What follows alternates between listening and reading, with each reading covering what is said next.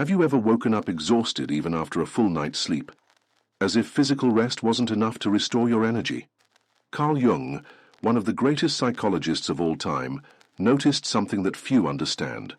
The deepest fatigue rarely comes from the body. The fatigue we feel is not merely physical.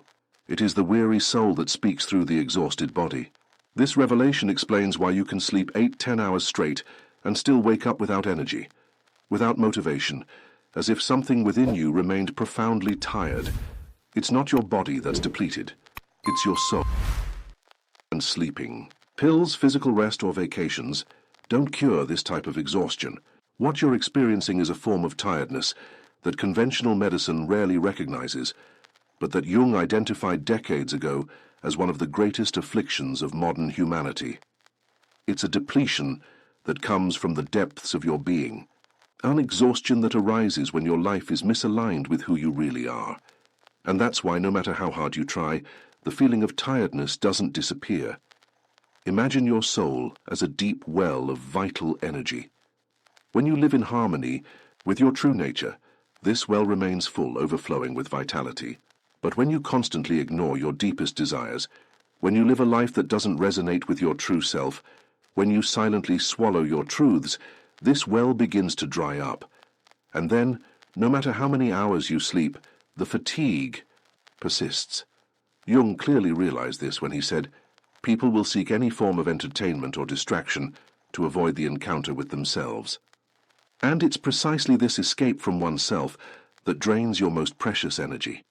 You feel this exhaustion when you wake up without purpose, when you face another day at work that doesn't fulfill you, when you maintain superficial relationships, when you live repressing your most authentic emotions. Your soul is screaming, but you've been taught to ignore it. Each day that passes living a life that isn't truly yours, a part of your vital energy dissipates. And no amount of coffee, energy supplements, or productivity techniques can restore it, because the problem isn't in your body. It's much deeper. Perhaps you've tried everything, adjusted your diet, started exercising, improved your sleep routine, bought a new mattress, reduced stress at work. And yet that feeling of heaviness, of deep fatigue, continues. You wonder, what's wrong with me? Jung would answer, nothing is wrong. Your soul is simply tired of living a life that isn't yours. And he was right, because this type of tiredness isn't a disease to be cured, but a messenger to be heard. The modern world amplifies this tiredness in ways that Jung couldn't have completely foreseen. We live bombarded by expectations, by images of perfect lives on social media, by pressures to be productive 24 hours a day, 7 days a week. We're taught from an early age to shape our personalities to please others, to wear social masks that often suffocate who we really are. And every minute we spend wearing these masks, every moment we dedicate to living a life that doesn't resonate with our inner truth, is a moment when our soul gets even more tired. Have you ever caught yourself feigning interest in empty conversations? Have you smiled and agreed when, in fact, something inside you deeply disagreed? Have you felt that unsettling sensation that you're living someone else's life, or a version of your life that doesn't seem entirely yours? It's these small moments of misalignment that, added up over the years, create the profound soul fatigue that Jung described. And the more you try to ignore these signs, the more your body screams through exhaustion. The paradox is that we often seek more physical rest to cure a tiredness that is essentially spiritual. We plan elaborate vacations, buy relaxation products, invest in body therapies, all valid strategies, but ones that merely scratch the surface of the problem. Jung observed that modern man does not understand how much his rationalism has distanced him from his deepest being and caused damage that is only revealed in his fears and dissatisfactions. And it's precisely this disconnection from our deepest being that leaves us perpetually exhausted. The fundamental difference between physical fatigue and soul fatigue is clear. The first disappears with adequate rest. The second persists regardless of how much you sleep. Physical fatigue has objective causes and practical solutions. Soul fatigue is more subtle, more persistent, and much deeper. It manifests as a constant feeling of heaviness, as if you were carrying an invisible burden. It's that exhaustion that has no medical explanation, that tests don't detect, that doctors often attribute to stress or anxiety, without realizing that there's something much more fundamental at play. Jung realized that for many of us, this soul exhaustion has roots in the unconscious complexes we carry. Complexes are sets of charged ideas, memories, and emotions that form patterns in our psyche. When not recognized and integrated, these complexes constantly drain our psychic energy, like apps running in the background that consume your phone's battery without you noticing. And just like a phone whose battery is being drained by dozens of invisible apps, you feel increasingly without energy, without understanding exactly why. Many of these complexes form during childhood, when we learn to repress parts of ourselves to gain approval. Perhaps you learned that showing anger wasn't acceptable, or that being vulnerable was dangerous, or even that your deepest dreams were unrealistic. These lessons, absorbed at the deepest level, create patterns of self-repression that consume enormous amounts of psychic energy. Jung called this the shadow, all the parts of ourselves that we push into darkness because they were judged as unacceptable. And keeping this shadow repressed is one of the most exhausting jobs our psyche performs. Think about how many times you held back today, how many times you swallowed what you really wanted to say, how many times you smiled when you wanted to cry, how many times you said yes when you wanted to say no. Each of these small repressions costs energy, and over time, this lost energy accumulates until it transforms into a deep fatigue that no sleep can cure. Jung realized this when he said, "That which you deny submits you, that which you accept transforms you." When we deny fundamental aspects of who we are, they don't disappear, they just transform into sources of continuous exhaustion. Another great drain of psychic energy comes from what Jung called the persona, the social mask we wear to present ourselves to the world. We all have one or several personas, and this is normal and necessary for life in society. The problem arises when this persona strays too far from our true self, when you need to constantly strive to maintain an image that doesn't reflect who you really are. The energetic cost is immense. It's like playing a role 24 hours a day, 7 days a week. Even the best actor in the world would become exhausted.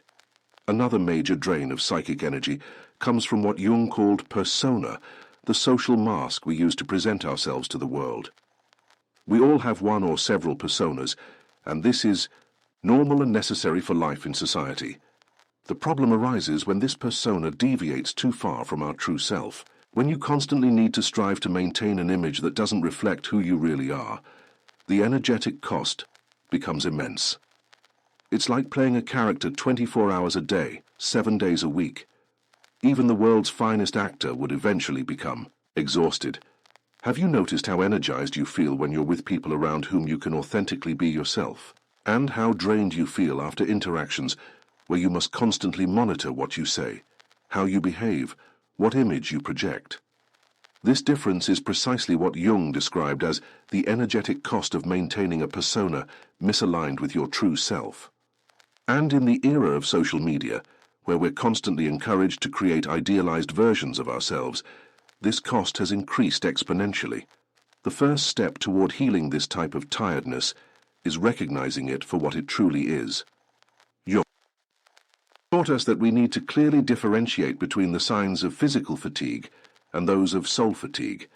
Physical fatigue typically has specific symptoms: sore muscles, drowsiness, difficulty concentrating. Soul fatigue, however, manifests in more subtle and persistent ways. A feeling of emptiness, even after achievements, lack of enthusiasm for activities that once brought joy, a constant restlessness, as if something fundamental were missing from your life. You may be suffering from soul fatigue if you experience a constant sensation that you're merely existing rather than truly living. If you feel you're just fulfilling obligations, following a routine without deep meaning. If you awaken with a weight in your chest that isn't physical, but existential. If you look at your life and, despite having everything society says should make you happy, feel an inexplicable emptiness. These are the signs that Jung taught us to recognize as expressions of a fatigued soul. The Jungian concept of psychic energy or libido is fundamental to understanding this phenomenon. Unlike physical energy, which replenishes with food and rest, psychic energy follows different laws. It renews itself when flowing freely through our being, when we're engaged in activities that resonate with our deepest purpose, when we allow ourselves to be authentically who we are, and it depletes when we block this natural flow, when we repress our authentic desires, when we live lives that don't reflect our most essential values. Jung discovered that many people expend enormous amounts of psychic energy trying to ignore the soul's calling. We try to muffle that inner voice telling us we're on the wrong path, that there's more to life than what we're currently experiencing. We distract ourselves with constant entertainment, with busyness, with superficial concerns, all to avoid confronting the deeper questions of existence. And each day we spend fleeing from these essential questions, our soul grows a little more tired. The unconscious complexes that Jung identified are another significant source of energy drain. Think of them as unhealed emotional wounds that remain sensitive to touch. When something in our current life triggers one of these complexes, perhaps a comment that resonates with childhood criticism, or a situation reminiscent of an old trauma, we spend an enormous amount of energy reacting emotionally, often without even realizing what's happening. These automatic reactions are expensive forms of psychic protection that remain active long after their original usefulness has ended. You can identify these complexes by observing your disproportionate emotional reactions. If you become extraordinarily hurt by an apparently innocent comment, if you go into defense mode when there's no real threat, if you feel paralyzing fear in situations that objectively aren't dangerous, these are clues of unconscious complexes at work. And each time one of these complexes is activated, your psychic energy is drained in an attempt to protect yourself from old wounds. Jung taught us that these complexes often manifest in our dreams, in our verbal slips, and in repetitive behavior patterns we can't explain rationally. He developed specific techniques to recognize and work with these complexes, techniques that can help us recover the psychic energy they consume. One such technique is to carefully observe our automatic thought patterns, those thoughts that arise without conscious effort and are often critical or limiting. When you catch yourself thinking, "I'll never be good enough," or "people like me can't accomplish this," you're probably touching on a long-established complex. These automatic thoughts consume enormous amounts of energy, creating a constant buzz of negativity that drains your vitality. Jung taught us that we need to learn to recognize these thought patterns not as absolute truths, but as expressions of complexes that can be worked with and transformed. A practical way to begin recovering this lost energy is to develop what Jung called the inner observer, a part of your consciousness that can notice these thought patterns without completely identifying with them. When you learn to observe a thought like, "I'm not good enough," without automatically accepting it as truth, you begin to free yourself from the draining power this complex exerts over you. It's as if you were turning off those background applications, consuming your phone's battery. Gradually you recover the energy that was previously lost. One of the most exhausting aspects of modern life is what Jung would call an overdeveloped persona. In today's society, with its increasingly unrealistic expectations, many of us develop personas so elaborate and distant from who we really are that the simple act of maintaining them consumes almost all our available energy. Consider how you present yourself on social media, at work, in different social circles. How much of this behavior is authentically you, and how much is a carefully calibrated performance to gain acceptance? Jung warned that the greater the distance between your persona and your true self, the higher the energetic cost of maintaining this division. The path to alleviating this type of tiredness begins with an act of courage, recognizing and accepting who you really are with all your contradictions, desires, fears, and dreams. Jung said, "The privilege of a lifetime is to become who you truly are." And it's precisely in this process of becoming authentically yourself that the soul's energy begins to renew. When you stop fighting against your essential nature, when you allow the repressed parts of yourself to come to light, there's an immediate release of energy that was previously consumed in this internal battle. You can begin this process today with simple yet profound steps. Take a few moments to ask yourself, what brings me true joy? What makes me lose track of time? Which activities make me feel most alive, most connected, most authentically myself? These seemingly simple questions can reveal surprising insights, about areas of your life where your soul is being ignored, and even small movements in the direction of your authentic desires can begin to restore your vital energy. Jung observed that what often tires us most are the expectations, our own and others, that we've internalized throughout life. Expectations about how we should behave, what kind of life we should aspire to, what appearance we should have, what emotions are acceptable to express. These expectations function as invisible weights we constantly carry, and only when we begin to question them and, when necessary, free ourselves from them, can we feel the relief of true soul rest. Have you ever stopped to question where your expectations about yourself come from?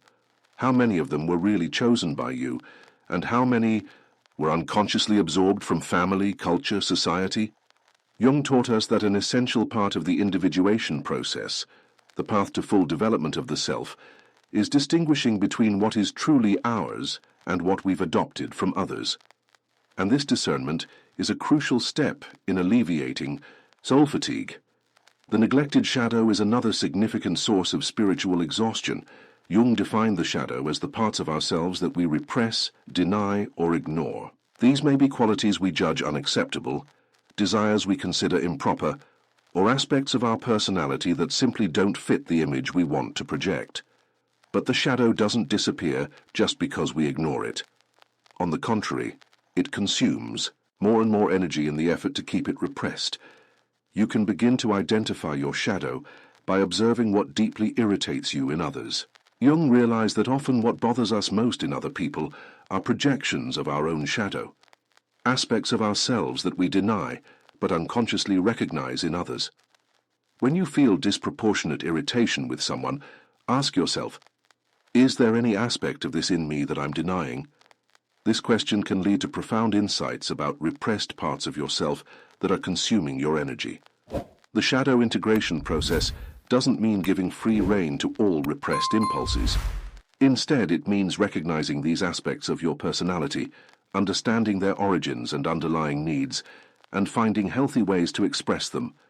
As Jung said, it is not by becoming darkness, but by bringing darkness to light that we become complete beings. And as we integrate these previously repressed aspects, we reclaim the energy that was spent keeping them in the shadow. A powerful practice to begin this integration is reflective journaling. Set aside a few minutes each day to write freely, without judgment, allowing repressed thoughts and feelings to surface. Jung used similar techniques with his patients, realizing that the simple act of recognizing and expressing aspects of the shadow already begins to release blocked energy. Don't worry about being good or correct in this process. What matters is radical honesty with yourself. Another major consumer of psychic energy is what Jung called the rigid persona, a social mask that has become so inflexible that it cannot adapt to different situations and relationships. Many of us develop one persona for work, another for family, another for friends, and so on. When these masks are very rigid and disconnected from each other, the energetic cost of switching between them is immense. Jung noted that people with more flexible and integrated personas, who can adapt to different contexts without losing authenticity, experience much less soul fatigue. You can develop a more authentic persona by beginning to observe which aspects of your social behavior are genuine and which are purely performances. In which situations do you feel most free to be yourself? With which people do you feel you can show more facets of your personality? These are valuable clues about paths to a more authentic and energetically efficient expression of who you are. True soul rest, according to Jung, comes from the individuation process, the path of becoming who you really are, integrating all parts of yourself into a coherent and authentic whole. This process is not a destination to be reached, but a continuous journey of self-discovery and integration. And each step on this journey releases more of the vital energy that was previously consumed in maintaining internal division. Jung developed several practical techniques to facilitate this individuation process and restore soul energy. One of the most powerful is dream analysis. Our dreams, Jung said, are messages from the unconscious, often revealing aspects of ourselves that we're neglecting in waking life. By paying attention to your dreams, recording them, and reflecting on their possible meanings, you establish a communication channel with your unconscious, allowing important messages to reach your consciousness without the enormous energetic expenditure of keeping them repressed.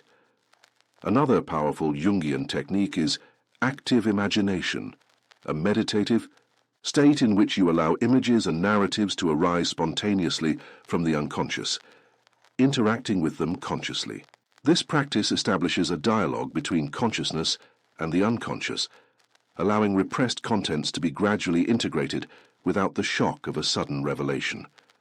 Jung discovered that this form of inner work releases significant amounts of previously blocked psychic energy. To practice active imagination, find a quiet place where you won't be disturbed. Close your eyes and allow your mind to wander, but maintain an observing consciousness. When an image, person, or scenario emerges, interact with it as if it were real. Ask questions, listen for answers. Allow the narrative to develop naturally.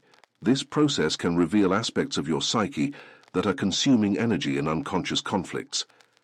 Reconciliation with the self, the organizing center of the total personality, including both the conscious and unconscious, is perhaps the most transformative aspect of Jungian work. Jung realized that many of us live alienated from this deeper self, following directions dictated by the ego, society, or unconscious complexes. This alienation is one of the main causes of soul fatigue. When we begin to reconnect with our deeper self, allowing it to guide our life choices, there is a natural renewal of vital energy. The signs of reconnection with the self are subtle, but profound, a growing sense of meaning and purpose, decisions that seem to come from a deeper place than rational thought, meaningful synchronicities in everyday life, and a gradual acceptance of previously rejected aspects of oneself. Jung called this the individuation process, the journey of becoming an undivided, whole individual. Establishing a soul nutrition routine inspired by Jung is a practical step you can take today. Set aside daily time, even if it's just 15 minutes, for practices that nourish your deeper being. It could be meditation, walks in nature, expressive art, reflective writing, or simply a time of contemplative silence. What matters is not the specific form, but the intention to create space for your deeper self to express itself. Jung emphasized the importance of silence for the renewal of psychic energy. He said, "In a world that is rushing to make noise, few are those who care about silence. In silence, the superficial layers of the mind gradually calm down, allowing deeper messages from the unconscious to be heard. Try to incorporate moments of genuine silence into your daily routine, not filled with music, podcasts, or directed thoughts, but simply open to the experience of the present moment." Nature also plays a crucial role in the Jungian approach to soul fatigue. Jung observed that we've distanced ourselves from nature in our quest for progress, and with that, we've lost a vital source of psychic renewal. Spending time regularly in natural environments, whether a forest, beach, mountain, or even a small urban park, can re-establish deep archetypal connections that renew our vital energy. Nature reminds us of more natural rhythms of activity and rest, of expansion and contraction that our hyperactive world often ignores. One of Jung's most profound insights was that true soul rest comes not just from the absence of activity, but from the presence of meaning. When our actions, relationships, and choices are aligned with our deepest purpose, they don't drain energy. On the contrary, they renew it. Jung observed that many people feel more energized after hours of meaningful work than after days of empty distraction. This is why purely recreational vacations often leave us as tired as we were before. They offer a break from routine, but don't necessarily nourish the soul. The encounter with authentic purpose is, therefore, one of the most powerful ways to restore vital energy. Jung realized that each individual has a unique calling, a specific contribution to offer the world that, when fulfilled, brings a profound sense of alignment and vitality. This purpose isn't necessarily grandiose or public. It can be as simple as creating a loving home, cultivating a garden, or supporting others on their own paths. What's essential is that it resonates with your deeper self. How can you discover this purpose? Jung suggested paying attention to your dreams, to activities that completely absorb you, to moments when you feel most alive and connected. Pay attention also to synchronicities, meaningful coincidences that seem to point in a specific direction. These are clues your unconscious is offering about your unique path. Transforming your relationship with work is often necessary to overcome soul fatigue. In modern society, work has frequently become disconnected from any deeper meaning, reduced to a means of earning money to survive or consume. Jung observed that when we work only for salary or status, we're living only a fraction of our potential. Reimagining your work, or if necessary, seeking new work, that allows expression of your most authentic self can be a revolutionary step in recovering vital energy. Even within work that doesn't seem ideally aligned with your purpose, you can find ways to bring more meaning and authenticity to your daily activities. Ask yourself, how can I express more of who I really am, even in this context? This simple question can open surprising possibilities for transformation and energetic renewal. Relationships are also crucial areas to examine when seeking to heal soul fatigue. Jung realized that many of us maintain relationships based on projections and unrealistic expectations, rather than authentic connections that nourish our deeper being. Each relationship based on false personas consumes enormous amounts of energy to maintain. In contrast, relationships where we can be vulnerable and authentic renew our vitality. Examine your closest relationships. With which people can you be most authentically yourself? With which do you feel constantly drained as if you were playing a role?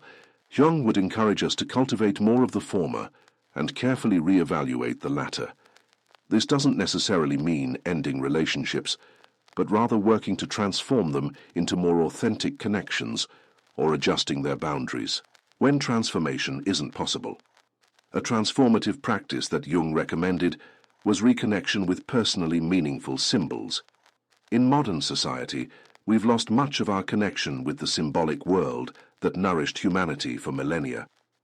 Jung discovered that symbols, whether religious, mythological, or personal, have the power to connect consciousness with the unconscious, creating bridges that allow the flow of psychic energy. When we find symbols that deeply resonate with us, we feel an immediate renewal of vitality. You can begin to cultivate this symbolic reconnection by observing which images, figures, or narratives have special emotional power for you. It might be a mythological figure, an animal that has always fascinated you, or even a symbol that appears repeatedly in your dreams. Allow yourself to explore this symbol, read about it, meditate on it, perhaps even create art inspired by it. This type of symbolic work can open channels to previously inaccessible psychic energies. Perhaps Jung's deepest lesson about soul fatigue is that it isn't a problem to be eliminated, but a messenger to be heard. When we feel that persistent exhaustion that no physical rest seems to cure, it's our soul calling us back home to a life more aligned with who we really are.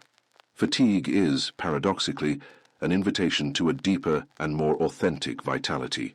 Jung wrote, "Your fate is the result of collaboration between the conscious and the unconscious.